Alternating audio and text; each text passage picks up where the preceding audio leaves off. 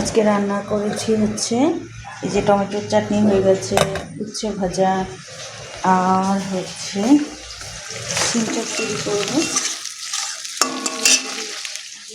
এই যে সর্ষে বেটে নিয়েছি, আর মাছের ঝোল করব, আলু, শিম, আর হচ্ছে এই যে বেগুন ভেজে রেখেছি, মাছ ভেজে রেখেছি, দিয়ে ঝোল করব।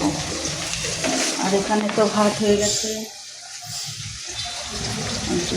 কাঁচা লঙ্কা চিড়ে নিয়েছি, তো নামানোর সময় দেবো। সিম চচ্চড়িটা রান্না করছি, আর একটু ভাজা ভাজা করে সরষে বাটাটা দিয়ে দেবো। এটা জানো তো আমাদের সবাই খুব ভালোবাসে, তো এবার পাওয়াই হয়নি সেরকমভাবে সিম চচ্চড়ি। আজকে শ্বশুর মশাই বললে তো করো,